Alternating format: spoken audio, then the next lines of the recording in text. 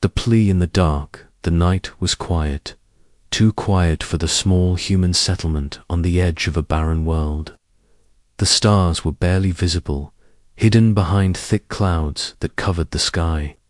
The only sound was the soft hum of a farm tractor in the distance as it worked through the fields. In the far corner of the settlement, a man stood near a small cabin, wiping the sweat from his brow after a long day's work. His name was Thomas. He was a farmer, living alone in a place far away from the bustling cities and crowded streets.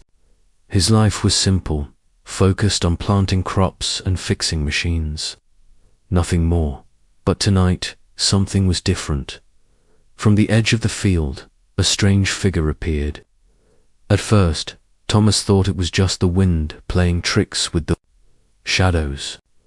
But as the figure drew closer, he could see that it was a woman, or what looked like a woman.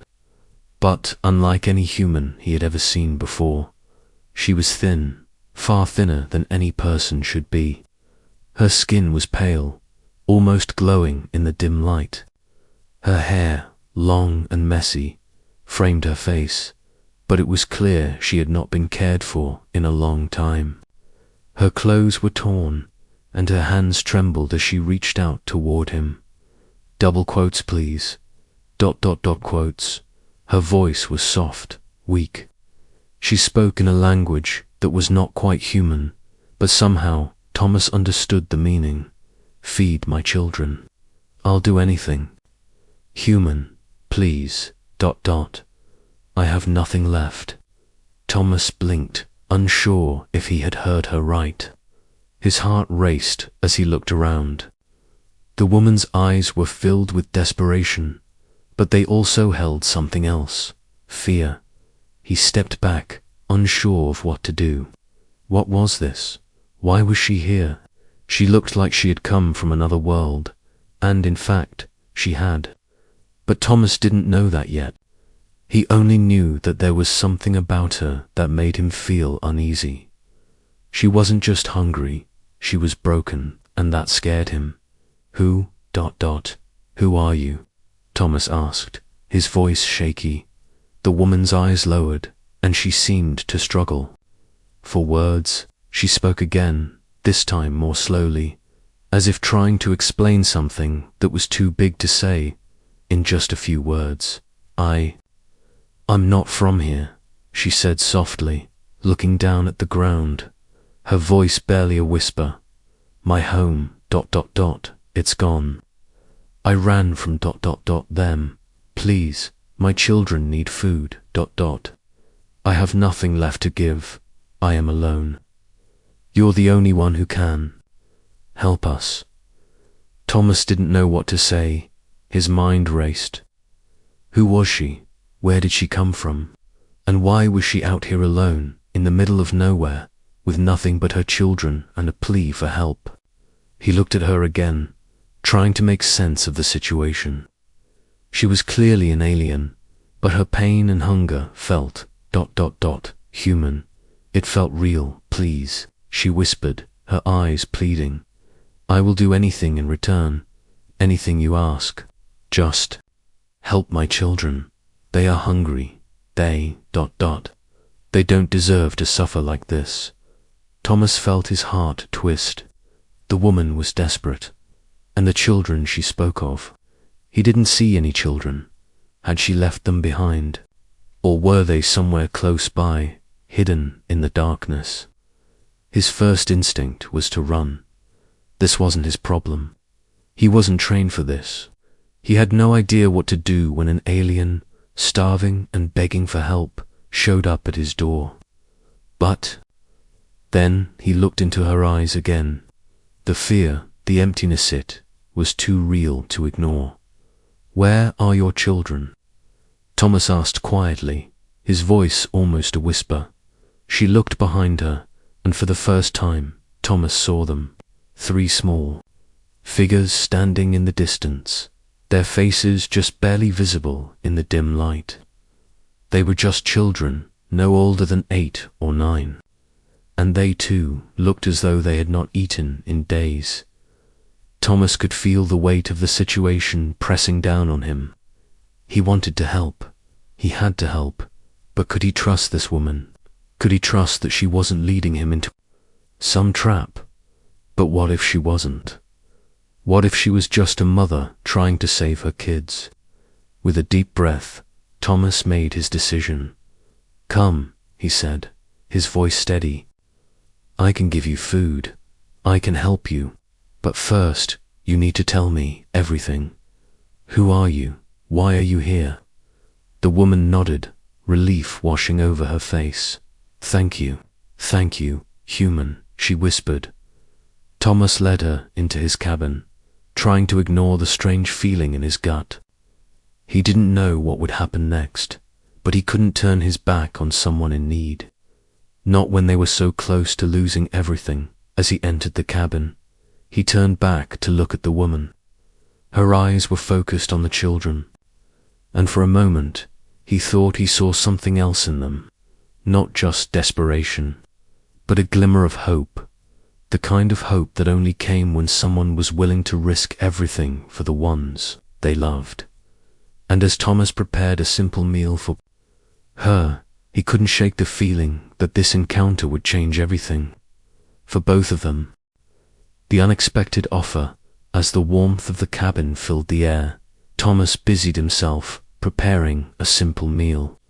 The small stove crackled softly in the background, its flame dancing in the cold, dim room. The woman sat at the small table, her face gaunt, her hands still trembling from hunger and exhaustion. She had been staring at the floor since they entered, lost in thoughts only she could understand. Her children stood by the door, their eyes wide, watching their mother with a mix of fear and hope. They hadn't spoken since Thomas had brought them inside, and that made his stomach twist with uncertainty. "Eat," Thomas said quietly, placing a bowl of warm soup in front of her. "It's not much, but it'll help. You and your children need to rest, and once you're stronger, you can tell me what happened." The woman looked up at him, her eyes filled with gratitude and something else, something hidden deep inside her, like a secret she had been carrying for far too long. Thank you, human," she whispered, reaching for the bowl with shaky hands. Her children came forward hesitantly, sitting quietly at the table. They didn't speak, but their eyes said it all. They were hungry, too. So much so that it hurt Thomas to see them so quiet and weak. For a moment, the room was still, save for the quiet sounds of eating and the crackling of the fire. The woman's breathing slowed as she ate, her thin body beginning to fill with the warmth of the food. The children, too, ate quickly, though with more caution than their mother. As they finished, the room fell into a deep silence. Thomas sat across from them, his hands resting on the table. His mind raced. He wanted to ask so many questions, but the woman seemed to need this moment of peace. He knew that as soon as the silence was broken, the truth would come pouring out. He wasn't sure he was ready for it, but then the woman put down her bowl and looked at him, her eyes filled with a strange, intense focus. She wasn't just looking at him. She was studying him, as though weighing him in her mind. "You must know," she began, her voice steady but soft, "that I did not come here by accident. I didn't just wander into your world by mistake. I am here for a reason, a very important reason." Thomas raised an eyebrow, unsure what she meant. "What do you mean? Why are you here?" The woman leaned forward slightly, her voice dropping even lower, like she was sharing a secret that could change everything. "I'm part of a mission that has gone terribly wrong," she said, her eyes flickering nervously to her children. "I come from a planet far from here. We were sent to your world to find something very valuable. But something went wrong. Our ship crashed. My people, ... my family. They're all gone. Thomas listened in stunned silence, the weight of her words sinking in slowly. This wasn't just some random alien with no purpose. This was someone who had been part of something bigger, something important, and now she was alone, stranded on his planet with nothing but her children. And the desperation in her heart. Are you saying you're not just here for food? Thomas asked cautiously, his curiosity rising. What are you looking for? What is this mission? The woman looked away for a moment, her gaze distant, as if she were remembering something painful. Her hands clenched on the table, and she exhaled slowly before answering. We were sent to find a rare energy source, she said quietly, her voice filled with a deep, heavy sadness. A source that could save my people. We were sent here because your planet holds the key to our survival. But now we are stranded, and I'm the only one left. The others, ... they didn't make it. Only me and my children. Thomas blinked, trying to make sense of what she was saying. A rare energy source. But what do you need from me?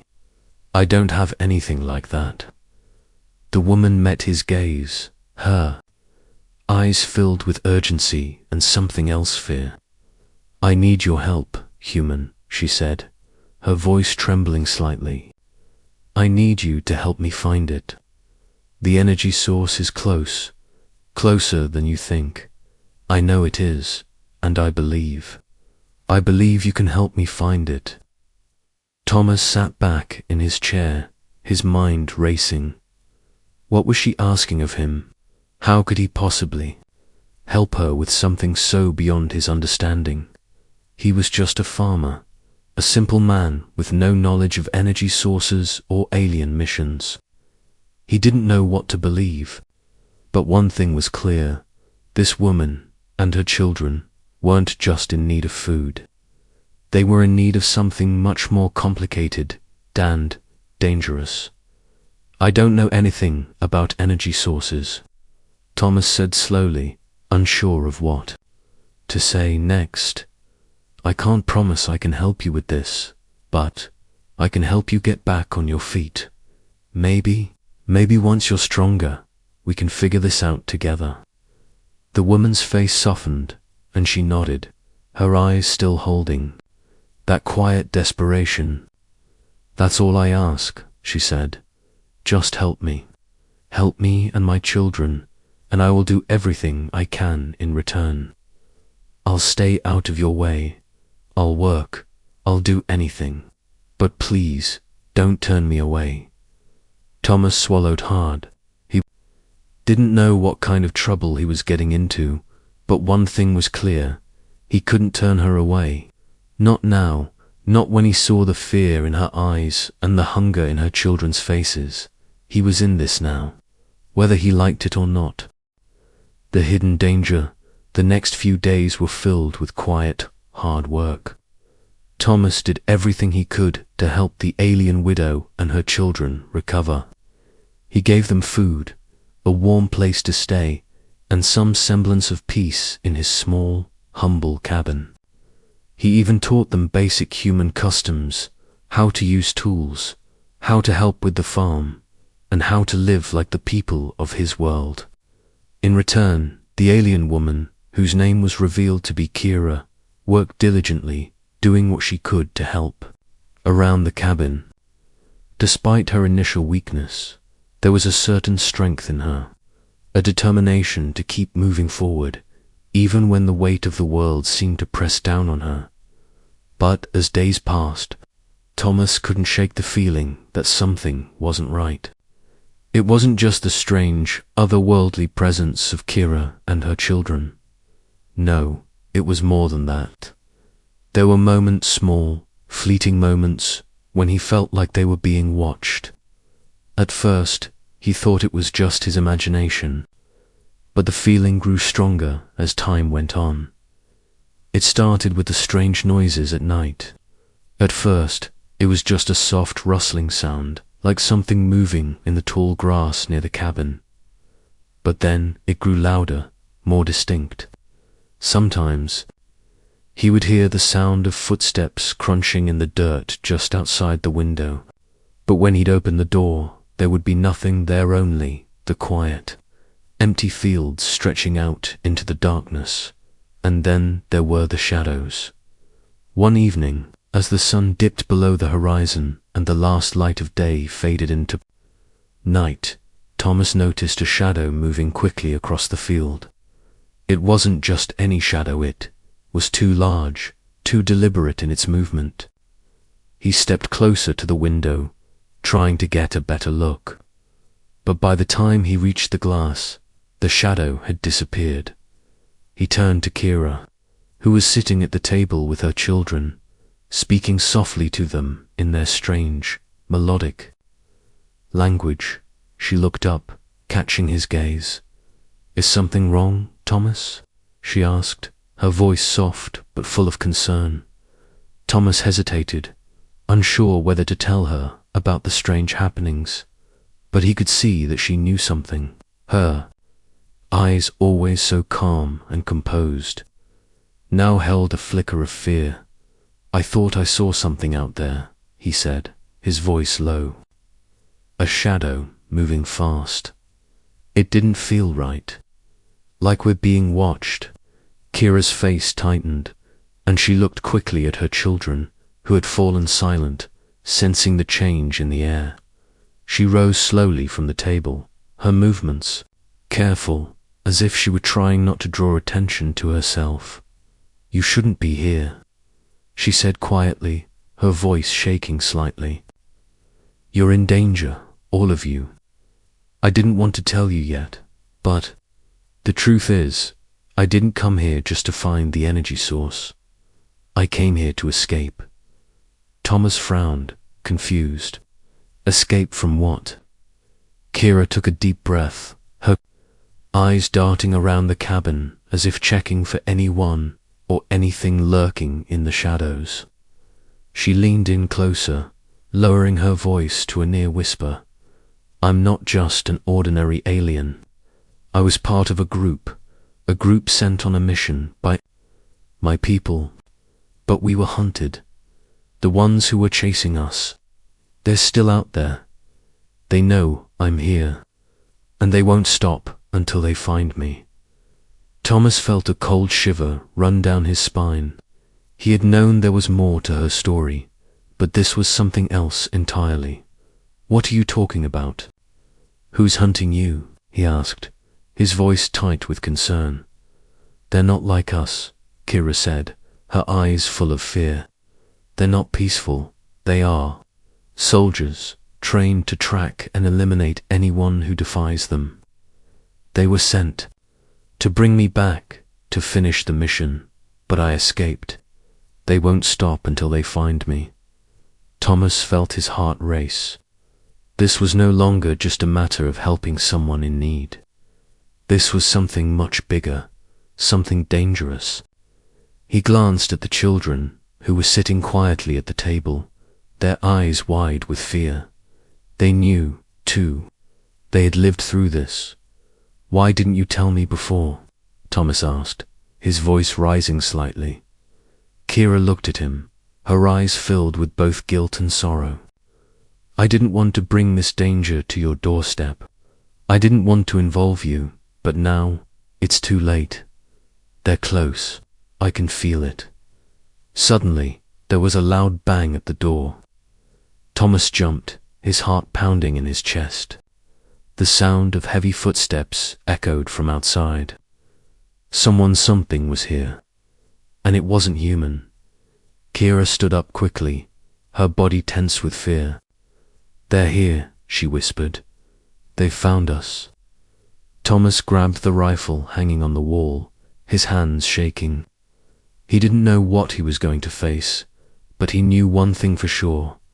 This was no longer just a quiet life on a remote farm. This was survival. The door crashed open with a violent force, and a figure stepped inside a figure that looked human but moved with an unnatural, terrifying grace. The figure's eyes glowed faintly in the dim light, and his expression was cold, unfeeling. "I've found you, Kira," the figure said, his voice low and menacing. "It's time to come with us." Thomas raised the rifle, his body tense with fear, but before he could react, the figure spoke again. "You can't stop. What's coming? You're too late." The alien's secret, the figure in the doorway stood tall and imposing, his glowing eyes casting an eerie light across the room. Thomas held the rifle tightly, but he could feel his hands trembling. The man, or whatever he was, didn't seem bothered by the weapon, his expression cold and emotionless. Kira stepped forward, her face pale and tight with fear. "You're too late," she said, her voice barely a whisper. "I've already made my choice. I won't go back with you." The figure didn't move, but there was a shift in the air, a sense of finality in his voice when he spoke again.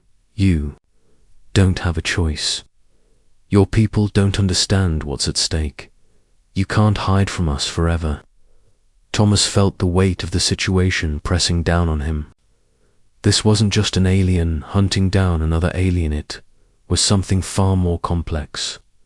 Kira was running from her past, but now her past had caught up with them. "You don't understand," Kira continued, her voice shaking with emotion. "I didn't just escape them because I was afraid. I escaped because I realized something that could change everything. They were wrong. What they wanted to do, it was worse than you can imagine." Thomas looked at her, his mind racing. "What do you mean? What's so bad that you had to leave your people behind?" Kira's eyes darted toward the figure in the doorway, then back to Thomas. The fear in her eyes was palpable, but there was something else there now, in undeniable resolve. "I wasn't just a messenger. I was part of a plan to use the energy source we were sent to find, for destruction. It was never meant to save anyone. It was meant to conquer." Thomas's heart skipped a beat. "Conquer? What was she talking about? What are you saying?" he asked, his voice tight. Kira took a deep breath, her hands trembling as she explained. "The energy source we were searching for is far more powerful than anyone could ever imagine. My people, they wanted to use it to take control, not just of this planet, but of the entire galaxy. It was never about saving lives or helping others, it was about power." Thomas felt his stomach drop. This wasn't just a simple mission gone wrong, this was a fight for something much larger. Something that could change the fate of entire worlds. "I couldn't let them do that," Kira continued. "I had to stop them, but I couldn't do it alone. That's why I fled. That's why I'm here. I came to warn you, Thomas. If they get their hands on this energy, it'll be too late. There's no stopping them." Thomas tried to process what she was saying. It sounded like something out of a sci-fi movie, but he knew there was truth in her words. The fear in her eyes, the desperation in her voice, it wasn't just the fear of being hunted. It was the fear of what would happen if her people succeeded. The figure in the doorway spoke again, his voice dripping with cold menace. "You should have stayed in line, Kira. You could have had everything. Now you're just a traitor." Kira's face hardened, her eyes narrowing. "I chose to live with honor, not to serve a cause that would destroy innocent lives. I'm not going back." Thomas watched as the two locked eyes, Kira standing firm and the figure unmoved by her words. The tension in the room was unbearable, and for a moment no one moved. Thomas could feel the weight of the situation, but his thoughts were racing. What could he do? He was just a farmer. He had no way of stopping this. But Kira was right. There was something bigger at play. Something that could destroy everything if the wrong people got control of it. You have to help me, Kira said suddenly, her voice desperate. You have to help me stop them. If you don't, they'll destroy everything. Your world, my world, every world. It won't stop with just me. Thomas's heart pounded. He knew he had no choice but to get involved, but the stakes were higher than he ever imagined. The safety of not just his world, but every world, hung in the balance. He turned to the figure in the doorway, his grip tightening on the rifle. What do you want from her? Why are you hunting her down? The figure's expression remained unchanged. She was part of a failed mission, he said coldly. Now she's a liability, and when you help her, you'll be a liability, too. Kira stepped in front of Thomas, her eyes locked on the figure. I'm not going back with you. You can kill me if you want, but I won't let you carry out your mission. Not while I'm still breathing. The figure gave a slight, almost imperceptible shake of his head. You're foolish, Kira. You don't know the consequences of what you're doing.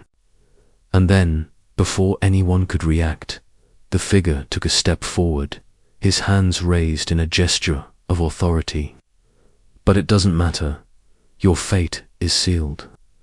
Thomas felt a cold chill spread through him. He wasn't sure if the figure was threatening them or preparing for something more, but one thing was clear. This wasn't just a simple fight for survival. It was a fight for the future of everything he knew, everything he cared about. Without thinking, Thomas raised the rifle and aimed it directly at the figure. You're not taking her, he said, his voice more determined than he had ever felt. Not today. The struggle for survival, the figure in the doorway didn't flinch as the rifle remained pointed at him.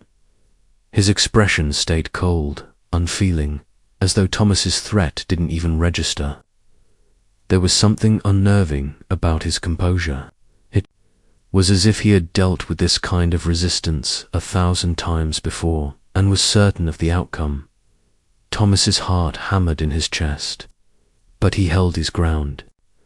He had no idea what he was doing. He wasn't a fighter. He wasn't trained for this kind of conflict.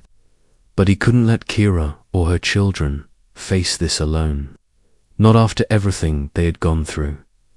You think a rifle will stop me? The figure's voice was like ice, calm and detached. You're just a human, a mere speck in the grand scheme of things. What makes you think you have any power here? Kira's face tightened with anger, but she stepped forward, standing between Thomas and the figure. You're wrong, she said, her voice trembling but strong. I may have run from my people, but I haven't lost my will, and neither has Thomas. The figure's eyes flashed, his patience wearing thin. You're a traitor, Kira, and traitors don't get to decide the fate of others. You've already condemned these humans by being here. It's too late to stop what's coming. Thomas felt a cold sweat forming on his brow. He had no idea what this alien was talking about, but the certainty in his voice sent a chill down his spine. The stakes were higher than he thought. Whatever was going on here, whatever Kira was involved in, it wasn't just a personal matter. It was something that could affect everyone. I won't let you destroy them, Kira said, her voice steady. I won't let you use them to further your plans. You'll have to kill me first. Thomas glanced at Kira, seeing the fire in her eyes. He had never seen someone so determined, so willing to fight for what they believed in. She had made a choice that had cost her everything. But now, it seemed, it was his turn to make a choice. Without thinking, Thomas lowered the rifle. His voice barely a whisper. I don't know how to fight, but I won't let you hurt them. I won't let you hurt her. The figure looked at Thomas for a long moment, as though he were considering something. He took a step back, his lips curling into a cruel smile. "Then you'll both die for your foolishness," he said, his voice cold. "But know this, it won't matter. You can't stop us. You'll never stop us." Before Thomas could react, the figure turned sharply and disappeared into the shadows outside the cabin, moving with an unnatural speed. The silence that followed was deafening. The only sound was the faint rustling of the wind outside and the soft breaths of the children, still huddled in the corner, eyes wide with fear. Kira stood frozen for a moment, as if the air around her had thickened, her body tense. Then she let out a breath and turned to Thomas, her face pale but determined. "We don't have much time," she said urgently. "We need to get out of here. They'll be back with more of them. They won't stop until they have me. And the energy source." Thomas nodded, his mind racing. He had no idea what was happening, but one thing was clear: his life had just changed forever. He was no longer just a farmer. He was a part of something much bigger, something dangerous. But he couldn't walk away. Not when the lives of Kira and her children and his own were at stake. "Where do we go?" Thomas asked, his voice steady despite the fear building in his chest. Kira glanced out the window, her eyes scanning the horizon. "I know a place, a safe place. But we can't stay here. It's too risky. They'll track us down in no time." Thomas grabbed a pack and began to stuff it with supplies, his hands moving mechanically. He didn't know what lay ahead, but he knew that they had to leave. They had to run. There was no time to lose. "Let's go," Thomas said, his voice filled with urgency. Kira nodded, and together they gathered the children and stepped out into the night. The cold air bit at their skin as they moved quickly, making their way toward the woods at the edge of the settlement. The children stumbled behind them, exhausted but obedient, knowing that survival depended on their next steps as they walked. Thomas couldn't shake the feeling that they were being watched. The hairs on the back of his neck stood up, and his heart raced. The figure, whoever he was, wasn't the only threat they had to worry about. There was something bigger at play, something that could destroy everything. Kira glanced over at him, sensing his unease. "They're coming," she whispered. "We don't have much time." Thomas's mind raced. "What are we running from?" "Kira, who are they?" Kira's eyes flashed, her voice full of pain. "They are the ones who will stop at nothing to control everything. The energy source we're looking for. It's not just a weapon, it's the key to everything. If they find it first, they'll use it to dominate the entire galaxy. We can't let that happen." Thomas's mind spun as he tried to grasp the magnitude of what she was saying. The fate of more than just their world was at stake. It was bigger than he ever could have imagined, and as they moved deeper into the woods, Thomas knew that there was no turning back. They were in this together now, and they would fight for survival whatever it took. A dangerous bargain. The woods were thick with shadows as Thomas, Kira, and the children hurried through the underbrush.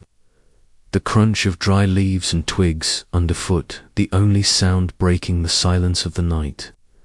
The air was cold, the distant stars barely visible behind the cover of thick clouds.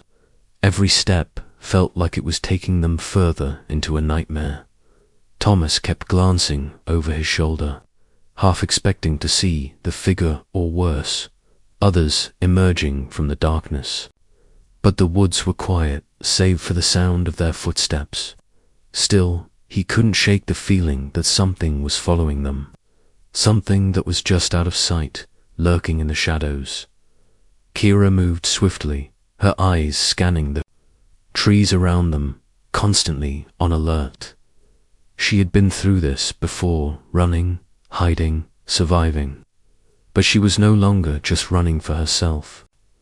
She was running for her children, for Thomas, and for something much more important than she had ever expected. "We need to get to the old hideout," Kira said, her voice low but urgent. "It's not far, but we'll need to keep moving. We can't afford to rest." Thomas nodded, his legs burning from the effort. His mind raced, but there was one question he couldn't shake. "What exactly are we running from, Kira?" he asked, his voice tight. "Who are these people? What do they want with you and this energy source?" Kira's face tightened, her eyes darkening as if the memories she carried were too painful to face.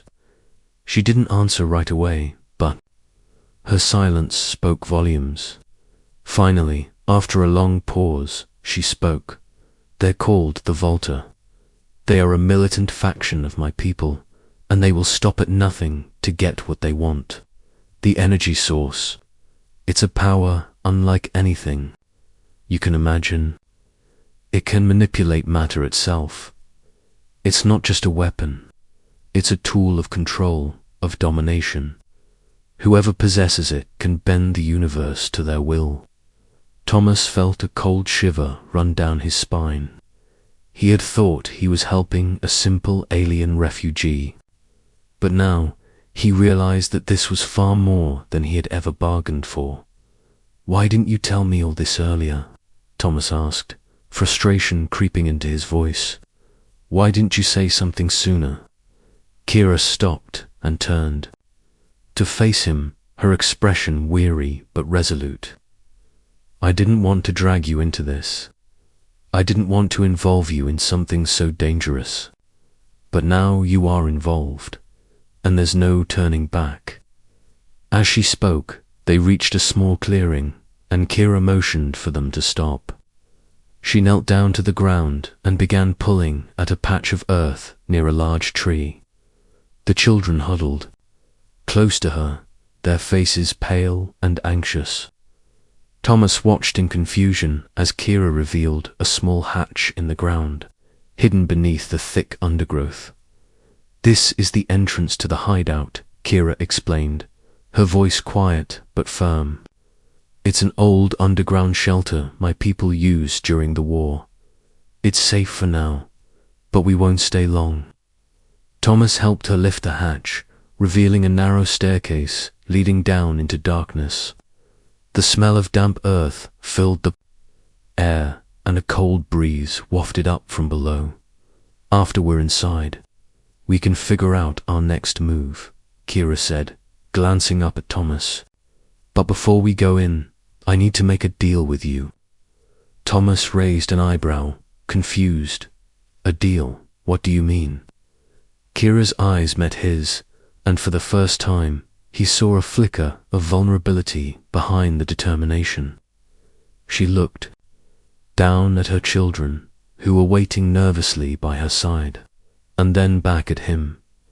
"I know you didn't sign up for this," she began, her voice soft. "I know you didn't expect any of this, but you've been dragged into something much bigger than yourself, and I don't want to put you at risk any more than I already have." Thomas opened his mouth to protest, but Kira cut him off. "No," she said sharply. "I'm not asking for your help out of kindness or gratitude. I'm asking because I need you. I need you to help me stop the Volta. I can't do it alone. And if you choose to stay with us, I'll give you something in return." Thomas hesitated. "What do you mean? What could I possibly want from you?" Kira's face softened, her eyes filled with something deeper now, something that resembled hope. "I can give you the truth about the energy source. I can give you the knowledge to stop them. I don't know how much time we have, but we can work together to find a way to destroy it before the Volta can use it." Thomas felt a knot form in his stomach. He didn't know if he could trust her completely. He didn't know what kind of power she wielded, or if the information she was offering was enough to stop the Volta. But he also knew one thing for sure. He couldn't walk away. Not now. He glanced down at the hatch, then back at Kira.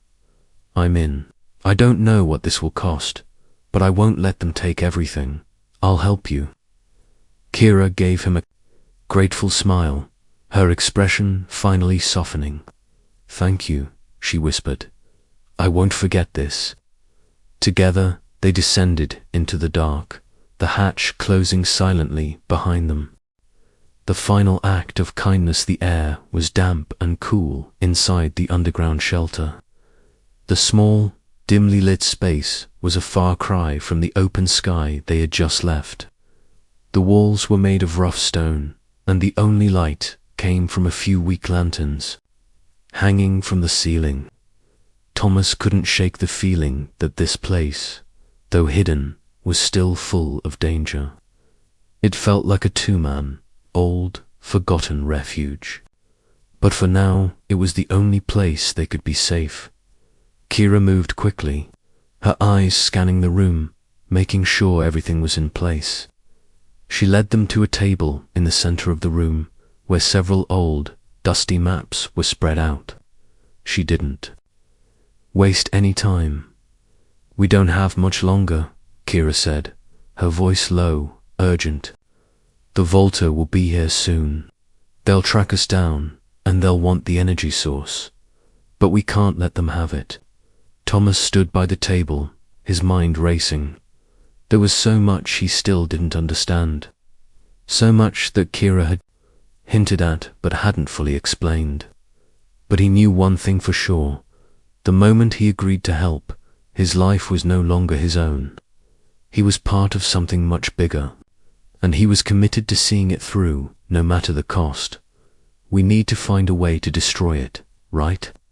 Thomas asked, his voice steady despite the growing unease in his chest. Kira nodded, her face serious. Yes, but it's not that simple. The energy source is unlike anything you've ever seen. It's not just an object, it's alive. It feeds on energy. It grows stronger the more it absorbs. If we don't destroy it soon, it will become unstoppable. Then how do we destroy it?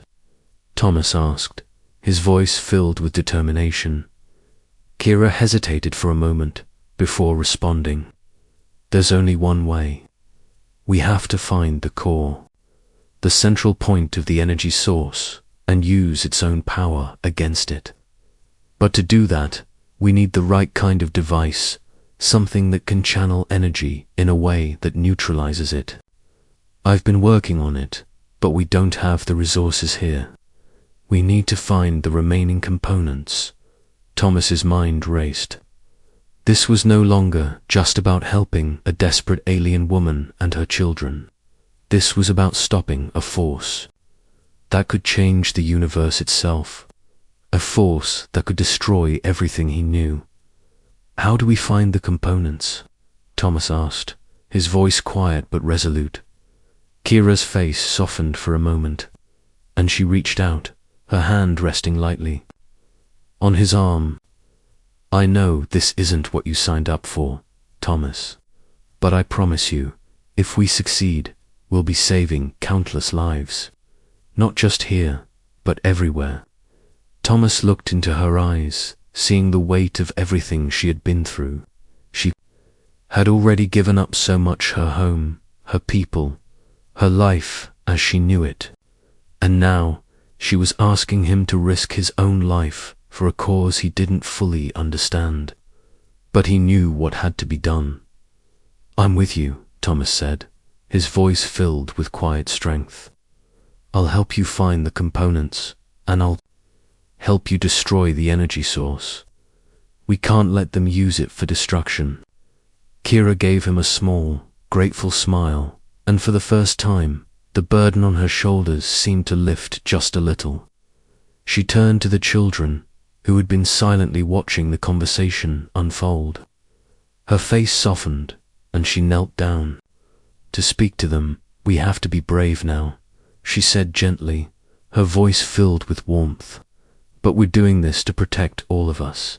Can you be brave for me?" The children nodded, though their faces were still filled with fear. They were young, too young to fully understand the gravity of the situation, but they knew that their mother was asking them to trust her, and they did. They had no choice but to follow her. Kira turned back to Thomas. "We'll have to leave.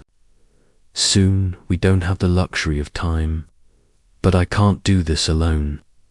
You've already helped more than I could have asked. Now I'm asking you to help me one last time." Thomas nodded, his jaw set with determination. "Where do we start?" Kira gestured to the maps on the table, tracing a line across them with her finger. "The components we need are scattered across the planet. Some are in the hands of people who don't even know what they possess. We need to find them before the Volta does, and we need to move fast." Thomas felt the weight of the responsibility settle on his shoulders. This wasn't just about survival anymore. It was about saving everything. But for the first time since this journey began, he felt a sense of purpose, a sense of unity with Kira and her children. They were in this together, and together they might just have a chance to stop the destruction. "We'll do it," Thomas said, his voice steady and sure. "We'll find the components, and we'll destroy it." Kira's eyes filled with gratitude.